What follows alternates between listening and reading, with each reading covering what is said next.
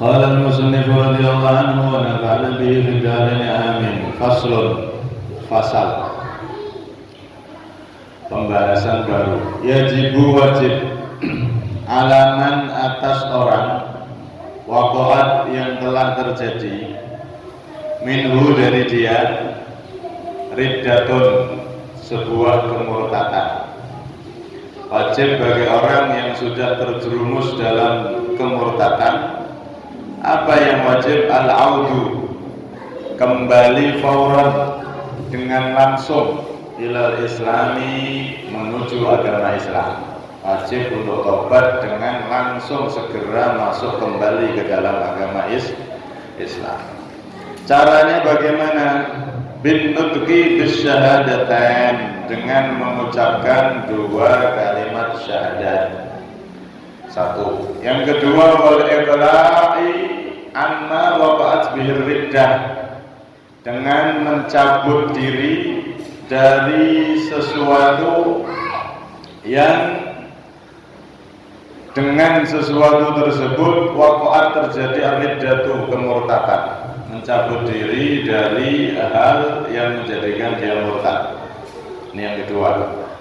Kemudian yang ketiga, wajib alaih, wajib bagi dia an-nadamu, menyesal alama saudara minhu, atas apa-apa yang telah terjadi dari dirinya berupa kemurtadan tadi itu, harus nyesal. Yang keempat, wal azmu, niat kuat, tekad ala alla yauda limithli, agar tidak kembali kepada perbuatan yang sama. Kemudian yang kelima, wa qadhu ma fatahu min wajibat syar'i fi tilkal muddah, wajib mengqadha segala kewajiban yang terlepas dari dia berupa kewajiban-kewajiban syariat atau agama fi tilkal muddah, di waktu ketika murtad tersebut. Hadirin yang dirahmati oleh Allah Subhanahu wa taala, setidaknya di sini ada 5 hal yang harus dilakukan oleh orang yang na'udzubillah terjerumus dalam sebuah kemurtadan.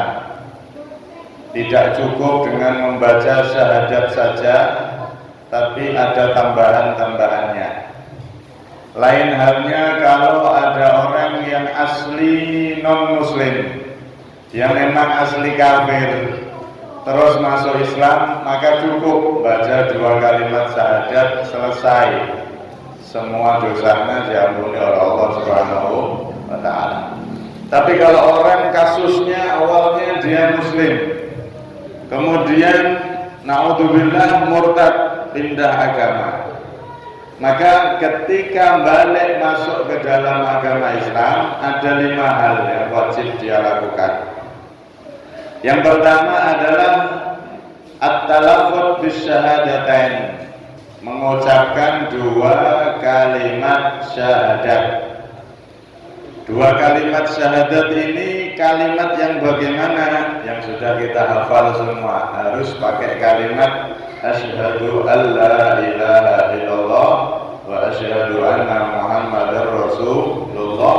Mengucapkan 2 kalimat syahadat tersebut dan hatinya paham arti dari kalimat itu, meyakini arti arti dari kalimat yang ia ucapkan, 2 kalimat syahadat tersebut. Harus pakai syahadatain, jadi pakai bahasa Arab. Asyhadu an la ilaha illallah wa asyhadu anna muhammadar rasulullah. Harus pakai bahasa Arab. Dituntun nek lali. Cuman ada sebagian ulama kalau memang dia ini nggak mampu, boleh pakai bahasa daerah masing-masing. Yang penting menunjukkan dia bersaksi tiada Tuhan selain Allah dan bersaksi bahwasanya Nabi Muhammad adalah utusan Allah. Ada pendapat yang memperbolehkan pakai bahasa daerahnya masing-masing boleh. Tapi selama masih bisa dituntun pakai bahasa Arab, ya pakai bahasa Arab dulu, baru nanti diartikan. Asyhadu an la ilaha illallah wa asyhadu anna Muhammadar Rasulullah, baru diartikan saya bersaksi tiada Tuhan sama sekali kecuali Allah dan Rasulullah Muhammad adalah utusan Allah, seperti itu. Ya. Harus memakai dua kalimat syahadat ini. Di dalam fikih itu dibahas, kalau tidak memakai dua kalimat yang berupa syahadat ini bagaimana? Maka ada sebagian pendapat juga yang memperbolehkan pakai bahasa Arab, yang penting menunjukkan sesuatu bahwasanya Allah itu Tuhan dan Nabi Muhammad itu utusan Allah. Maksudnya nggak harus pakai asyhadu alla ilaha illallah wa asyhadu anna Muhammadar Rasulullah, nggak harus kalimat itu aja gitu. Boleh pakai kalimat yang lain, bahasa Arab yang lain yang artinya sama, yang konotasinya sama. Ini tapi pendapat yang lemah ya. Soal hasil intinya syahadat itu harus diucapkan ketika ada orang masuk Islam, dia asli kafir, asli non muslim, atau dia awalnya muslim, murtad, ingin masuk Islam lagi, wajib mengucapkan dua kalimat syahadat. Kemudian di dalam fikih itu dibahas, kalau ada orang bersyahadat asyhadu an la ilaha illallah wa asyhadu anna Muhammadar Rasulullah, lisannya bersyahadat, mulutnya bersyahadat, tapi hatinya enggak bersyahadat. Maksudnya apa? Hatinya enggak iman sama Allah, cuma di mulut aja. Contoh, ada orang masuk Islam karena cewek ini, iso nikahi cewek ini muslimah, jamilah niku wayu, nek pengen nikah sama aku masuk Islam. Nah, akhirnya dia masuk Islam, tapi di mulutnya aja, hatinya nggak ikut syahadat, hatinya tidak meyakini Allah itu Tuhan, tidak meyakini Nabi Muhammad itu Nabi, tapi syahadat. Gimana hukumnya orang semacam ini? Maka orang yang semacam ini secara hukum dohir dia dinyatakan orang Islam di dunia, tapi kelak di akhirat dia tetap jadi orang kafir, alias dia termasuk orang munafikul akidah. Jadi pernikahannya sah secara hukum dunia, dia dihukumi Islam karena sudah baca syahadat, tapi nanti di akhirat karena hatinya nggak ikut syahadat, nggak meyakini syahadat tersebut, maka dia tetap di sisi Allah dinyatakan kafir, tergolong orang-orang munafik. Ya. Kalau dibalik bagaimana?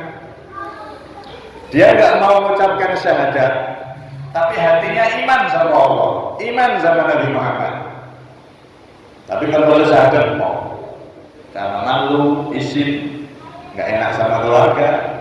Hatinya tapi yakin Allah itu Tuhan, Nabi Muhammad itu Rasul, nggak ada Tuhan kecuali Allah, Nabi Muhammad adalah utusan Allah.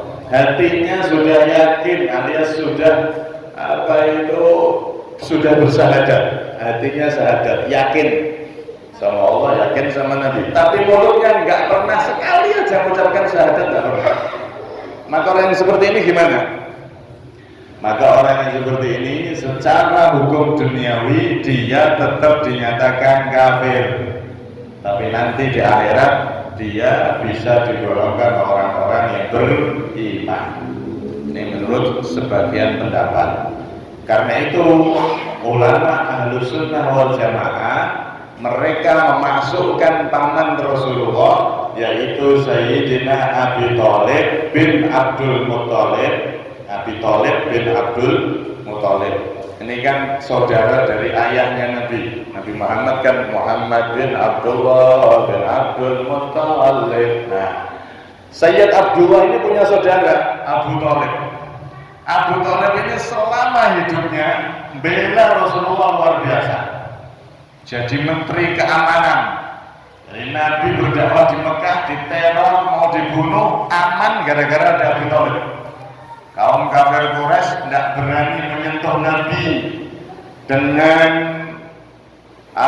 teror yang berlebihan alias membunuh, tidak berani selama masih ada Abi Thalib. Ya. Beliau melindungi Rasulullah luar biasa. Kalau Siti Khadijah bantu Nabi dalam segi harta. Awalnya beliau dulu manusia paling kaya di Mekah, tapi setelah nikah sama Nabi hartanya habis, jadi manusia paling miskin di Mekah. Itu Siti Khadijah. 2/3 kekayaan Mekah dulu yang menguasai Siti Khadijah. 2/3. Jadi umum pangkalan banteng ini nilainya 3 triliun, 2 triliun milik Siti Khadijah. Tapi itu habis semua. Awalnya orang paling kaya di kota Mekah berubah jadi orang yang paling miskin di kota Mekah. Bekengi Nabi dalam dakwahnya segi dana, Menteri Keuangan, segi dana jor-joran sampai habis. Kemudian Abu Thalib pamannya ini bekengi segi keamanan, tidak ada yang berani membunuh Nabi selama masih ada Abu Thalib. Nah, Abu Thalib pamannya Rasulullah ini seumur-umur beliau tidak pernah baca syahadat asyhadu an la ilaha illallah wa asyhadu anna muhammadar rasulullah. Lisannya tidak pernah baca itu karena tidak enak sama kaumnya, tidak enak sama keluarganya. Tapi hati beliau sangat mendukung Nabi, sangat percaya dengan Nabi bahwasanya Nabi atau ponakannya ini adalah utusan Allah Subhanahu wa Ta'ala. Artinya hatinya sudah iman sama Allah, hatinya iman sama Rasulullah hingga siap bekengi Rasulullah, bahkan nyawa beliau taruhkan untuk melindungi Rasulullah. Tapi beliau di dalam riwayat tidak pernah baca syahadat melalui lisannya. Atine wes syahadat tapi lisannya tidak bersyahadat.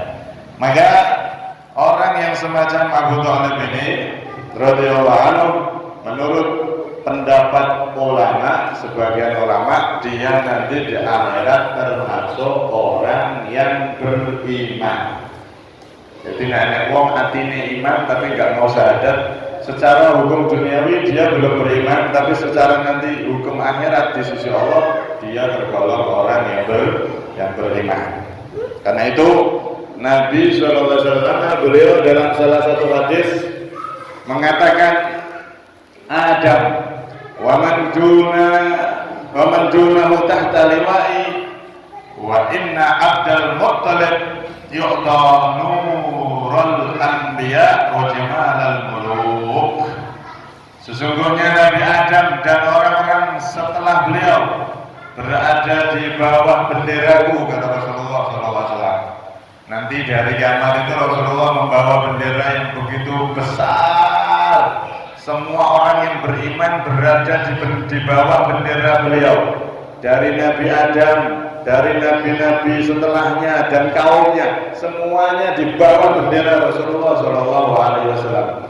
Yang namanya bendera Liwaul Hamdi. Bendera Liwaul Hamdi ini yang bawa Nabi dan seluruh orang beriman berada di naungan bendera tersebut. Semuanya, termasuk umat beliau dan umat-umat terdahulu, semuanya di bawah bendera yang dibawa Nabi Shallallahu Alaihi Wasallam. Gedine sepiro bawa yang ngerti. Engko ning kono ngerti dhewe.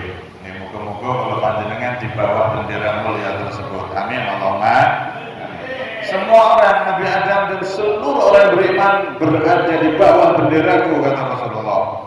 Dan sesungguhnya kakekku Abdul Muttalib yu'ta, beliau itu diberi nurul anbiya, cahaya para nabi, wa jamalal muluk, dan diberi cahaya para penguasa yang adil. Jadi kakeknya Rasulullah, beliau di sini mengatakan kakekku Abdul Muttalib itu diberi dua cahaya, cahaya kenabian dan cahaya kepemimpinan. Kenapa diberi cahaya kenabian? Karena Abdul Muttalib itu mengikuti agama Islam dari nabi-nabi sebelumnya, tidak tersentuh dengan perilaku jahiliyah yang menyembah patung dan lain sebagainya. Beliau tetap mengikuti agama Hanif, agama dari Nabi Ibrahim, kakek-kakeknya terdahulu. Dan beliau saat itu sendiri, jadi seakan-akan posisinya kayak Nabi, walaupun bukan Nabi. Beliau mempertahan ajaran para Nabi sendiri saat itu dan keluarganya. Kemudian kenapa kok diberi cahaya kepemimpinan? Karena beliau saat itu pemimpin orang Quraisy. Pemimpinnya adalah beliau dan beliau memimpin dengan sangat adil. Maka kata Rasulullah, nanti di hari kiamat kakekku Abdul Muttalib punya dua cahaya, cahaya kenabian dan cahaya kepemimpinan yang dipenuhi dengan keadilan. Kemudian Imam Ja'far bin Muhammad, Imam Ja'far As-Shadiq bin Muhammad Al-Baqir Beliau mengatakan wa yuhsyaru Abdul Muthalib lahu nurul anbiya wa jamalul muluk wa yuhsyaru Abu Thalib fi sumrati. Nanti ketika Abdul Muthalib ini diberi dua cahaya, cahaya kenabian, cahaya kepemimpinan yang dipenuhi dengan keadilan, maka di belakang beliau ada anaknya yaitu Abu Thalib yang mengikuti, yang ngiring. Abdul Muthalib adalah di antara yang berada di kanan kiri beliau adalah anaknya yaitu Abu Thalib. Ini menunjukkan Abu Thalib itu imannya diterima oleh Allah Subhanahu wa taala. Karena itu para ulama nek kasus seperti ini, wong atine wis syahadat, yakin dengan syahadat, yakin sama Allah, yakin sama Rasulullah, tapi tidak pernah diucapkan, maka ini nanti digolongkan dalam golongan orang yang beriman kelak di hari kiamat. Walaupun di dunia dia dinyatakan belum menjadi orang yang beriman. Ada hukum dunia, ada hukum akhirat. Nah, Sayyid Abdul Muthalib ini membawa cahaya Nabi, kenabian dan cahaya kepemimpinan. Abu Thalib fi sumrati, di golongan beliau, dikumpulkan bersama beliau. Nek kafir, misalkan Abu Thalib ini tidak beriman, tidak mungkin dikumpulkan di golongan rombongan ke ayahnya yaitu Abdul Muthalib, yang tak lain adalah kakek Nabi. Di sisi lain juga Nabi SAW pernah juga mengatakan ketika ditanya oleh Sayyidina Abbas, atarju li Abi Thalib khair, atarju li Abi Thalib khairan, wahai Nabi, apakah engkau masih mengharap untuk Abu Thalib pamanmu kebaikan? Maka dijawab beliau apa? Kullul khair arju min Rabbi, atau kullul khair arju min Rabbi. Aku berharap seluruh kebaikan diberikan oleh Tuhanku, diberikan oleh Allah kepada pamanku yaitu Abu Thalib. Ini menunjukkan Nabi mendoakan pamannya, berarti pamannya tersebut imannya diterima kelak di akhirat dan digolongkan menjadi orang yang akan mendapatkan kebaikan dari Allah Subhanahu wa taala. Di hadis lain banyak sekali hadis-hadisnya. Nabi juga mengatakan idza kana yaumul qiyamah syafa'tu li abi. Jika hari kiamat sudah terjadi, maka aku mensyafaati li abi, ayahku tak syafaati, wa ummi, dan juga ibuku, wa ammi Abi Thalib, dan yang ketiga yang mendapat syafaatku terlebih dahulu tak lain adalah pamanku Abu Thalib. Jadi nanti dari kiamat Nabi itu mensyafaati, pertama kali yang disyafaati beliau ayah, ibu beliau, kemudian paman beliau. Nah, ini menunjukkan syafaat itu kan untuk orang yang beriman aja. Kalau tidak beriman tidak bisa menerima syafaat. Nah, ini kok Abu Thalib disebutkan bahkan nomor 3 yang akan disyafaati terlebih dulu oleh Nabi Shallallahu Alaihi Wasallam. Kemudian yang keempat beliau mengatakan wa akhin kana li fil jahiliyah, dan seorang saudaraku yang dulu menjadi saudara sepersusuan dengan aku, itu akan aku syafaati kelak di hari kiamat yang nomor 4. Nah, ini menunjukkan yang disebutkan Nabi di sini salah satunya Abu Thalib, berarti iman beliau Abu Thalib itu diterima kelak di akhirat. Dan inilah dasar dari para ulama yang mengatakan kalau ada kasus seperti itu, ada orang bersyahadat tapi hatinya yang bersyahadat, meyakini tadi maksudnya, kemudian mulutnya tidak pernah syahadat, maka orang yang semacam ini nanti imannya sah di akhirat, walaupun di dunia dia tidak terhitung menjadi orang yang muslim atau beriman. Secara hukum dunia dia tidak terhitung. Lah napa niku kalau pengen masuk dihitung jadi orang beriman dunia dan akhirat, maka hatinya harus syahadat, meyakini syahadat maksudnya, dan juga mulutnya mengucapkan syahadat tersebut, baru ini sempurna. Mukmin di dunia, mukmin di akhirat. Dia statusnya menjadi orang yang beriman di dunia dan juga beriman di akhirat. Nah, ini kalau memang terjadi seperti itu, kan memang ada 3 itu. Enek wong maca syahadat, atine ya syahadat, wah ini mukmin sejati, dunia akhirat mukmin. Enek wong mulutnya syahadat, hatinya enggak. Kayak tadi cuma pengen nikahi dong. Nah, ini munafik itu, kafir, nanti di akhirat dia tergolong orang kafir walaupun syahadat. Kemudian yang ketiga, hatinya syahadat, tapi nggak mau mengucapkan syahadat itu dalam mulutnya. Nah ini nanti di akhirat tergolong orang yang beriman seperti Sayyid Abu Thalib, tapi di dunia dia tidak bisa dihukumi sebagai umat Islam. Nah itu memang ada tiga kasus dalam masalah syahadat tersebut. Nah orang yang murtad kalau dia pengen masuk Islam wajib untuk mengucapkan 2 kalimat syahadat tersebut.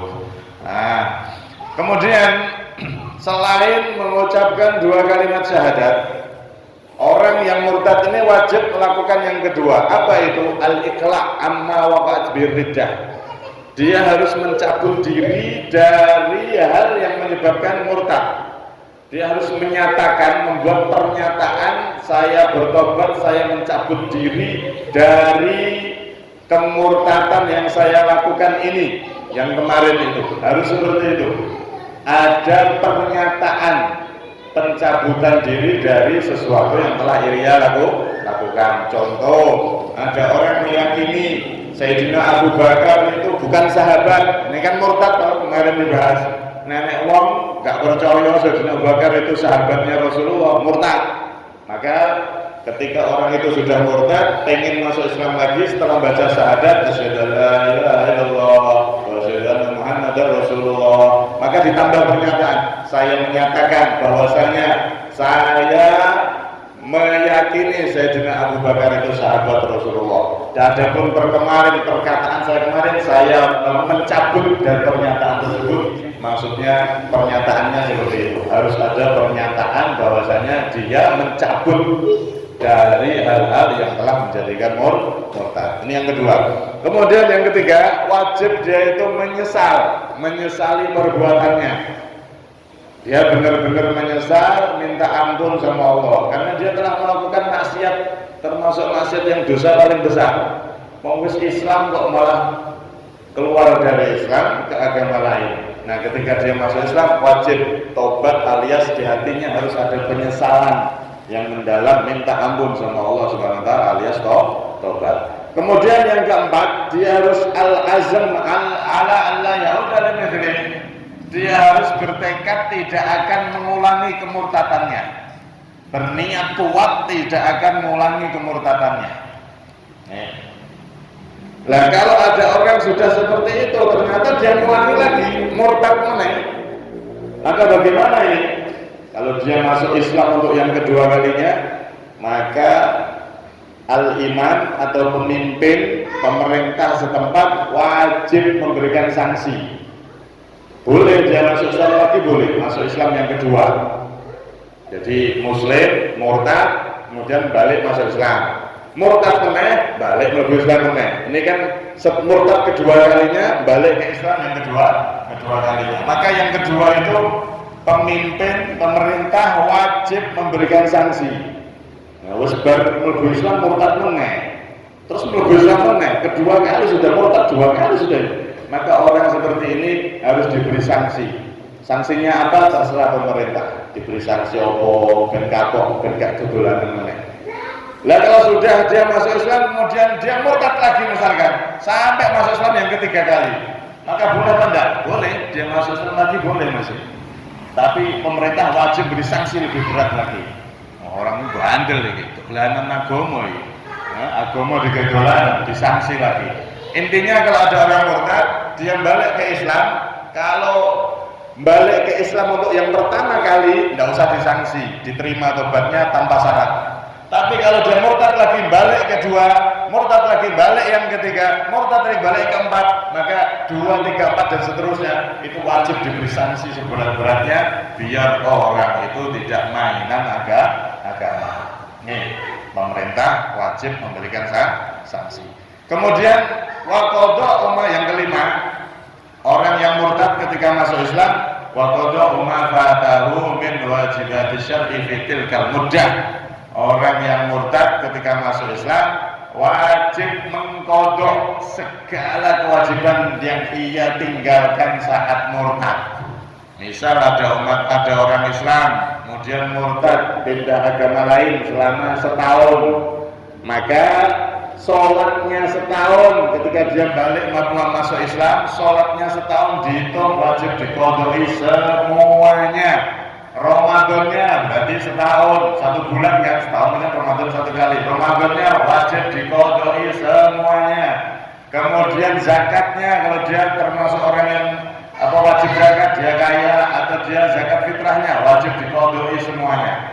Semua kewajiban yang ditinggalkan saat dia murtadnya setahun atau 2 tahun atau mungkin 5 tahun murtad melebu Islam, maka seluruh kewajiban yang pernah dia tinggalkan saat murtad wajib segera diqodoi.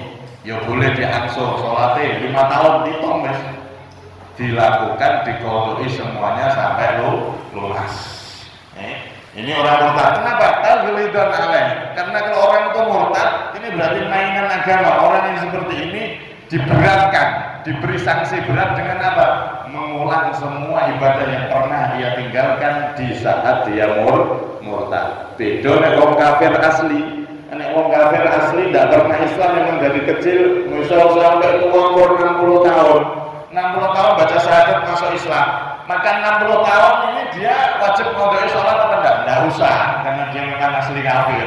Tidak perlu ngodoi kewajiban selama hidupnya, karena dia dulunya kafir, enggak wajib sholat. Udah enggak perlu ngodoi apa-apa, langsung masuk Islam, langsung dosa-dosanya dihapus semua oleh Allah. Tinggal dia setelah masuk Islam menjaga ibadah sampai akhir hayatnya. Tapi nek orang murtad enggak bisa. Dia Islam keluar 5 tahun, masuk Islam lagi 5 tahun wajib mengkodok semuanya, bayar semuanya. Sholatnya wajib dilakoni kabeh, diqodoi kabeh, posone, zakatnya dan semua hal yang wajib dia qodoi berangsur-angsur untuk ditotal dan diqodoi seluruhnya. Ini 5 kewajiban yang harus dilakukan oleh orang yang murtad. Naudzubillah min dzalik. Jadi 1 membaca syahadat, 2 menyatakan, membuat pernyataan tadi dia ini mencabut dari kemurtadannya. Kemudian yang ketiga dia menyesal atas perbuatannya, dan yang keempat dia bertekad tidak akan mengulangi kemurtadannya, dan yang kelima mengkodok seluruh kewajiban yang ia tinggalkan di saat murtad. Alhamdulillah. Oleh karena itu berat, sanksi orang murtad itu memang berat. Termasuk juga kalau ada orang yang dulu nggak sholat, dulu nggak Ramadan, nah pas tobat sama itu wajib diqodoi semuanya. Sholat dulu saya ini pernah nggak sholat 5 tahun, pas muda dulu tak hitung 5 tahun 10 tahun, jadi diqodoi 10 tahun 5 tahun itu tadi. Orang yang tobat juga sama, diwajibkan untuk mengqodoi sholatnya dan semua kewajiban yang pernah ditinggalkan, tapi diqodoi semampunya. Dihitung, diqodoi untuk sholat. Ya setelah sholat dengan sholat meneh, setelah sholat maghrib dengan sholat maghrib lagi, setelah sholat isya lagi, dilakukan selama 5 tahun, ya sudah otomatis selesai lunas sendiri. Dilakukan selama 10 tahun, diniati 10 tahun ke depan saya sholatnya double untuk kodok 10 tahun dulu yang saya lewatkan tidak sholat. Seperti itu boleh. Cuman ada sebagian ulama kalau pas kodok sholat jangan di depan orang banyak, tapi pas di rumah, karena untuk menutupi dulu kita pernah meninggalkan sholat itu kan maksiat. Maksud nanti selesai maghrib, sholat maghribnya di depan orang banyak. Nah, itu kalau ketahuan kodok itu seakan-akan memperlihatkan kemaksiatan. Jadi diqodoi ketika sudah di rumah. Itu sebagian ulama seperti itu. Ala kulli hal, intinya kalau orang yang bertobat itu disuruh mengkodok karena rahmat Allah, supaya orang itu nanti di akhirat catatan amal ibadahnya itu lengkap, komplit, tidak ada satupun sholat yang bolong. Allah menerima sholatnya ketika dia tobat. Sholat yang 10 tahun yang lalu dilaksanakan tahun ini boleh diterima oleh Allah, sehingga nanti di akhirat lengkap catatan amal ibadahnya, tidak ada yang bolong sholatnya dan seterusnya. Termasuk bentuk rahmat dari Allah untuk mereka yang tobat. Bukan berarti untuk memperberat mereka, enggak, tapi justru itu rahmat Allah agar catatan pahala sholatnya enggak ada yang bolong. Soalnya nanti daerah niku nek wong ngerti catatan sholatnya bolong siji, niku nyuwes enggak karu-karuan. lebih nyesel andaikan kehilangan dunia seisinya. Nemen nyesel. Nah, Allah saking sayangnya sama orang-orang yang tobat, sholatmu yang dulu kamu qodoi tak terima. Seakan-akan seperti itu. Posomu yang dulu kamu tobat, kamu qodoi tak terima, walaupun sudah lewat waktunya tak terima. Sehingga nanti catatannya lengkap kalau di akhirat. Ini kalau orang yang tobat. Tapi kalau untuk orang yang murtad, memang diwajibkan mengqodok, itu untuk memperberat dia agar dia tidak main-main dengan agama. Jadi beda. Nek wong tobat memang untuk memperberat, nek wong tobat itu agar rahmatnya Allah lengkap dia nanti catatannya kalau di akhirat dengan ibadah-ibadah yang sebetulnya wes ada luasa, tapi diterima sama Allah ketika dia tobat, dia qodoi, tidak apa-apa lewat waktunya, tidak apa-apa Ramadan 10 tahun yang lalu, tapi kamu posoi sekarang tak terima, semuanya diterima oleh Allah Subhanahu wa Ta'ala. Itu bedanya. Nek wong tobat ngulangi ibadah yang lewat itu rahmat Allah, tapi nek wong murtad ngulangi ibadah itu karena memang hukuman untuk dia, karena dia telah bermain-main dengan agama Allah.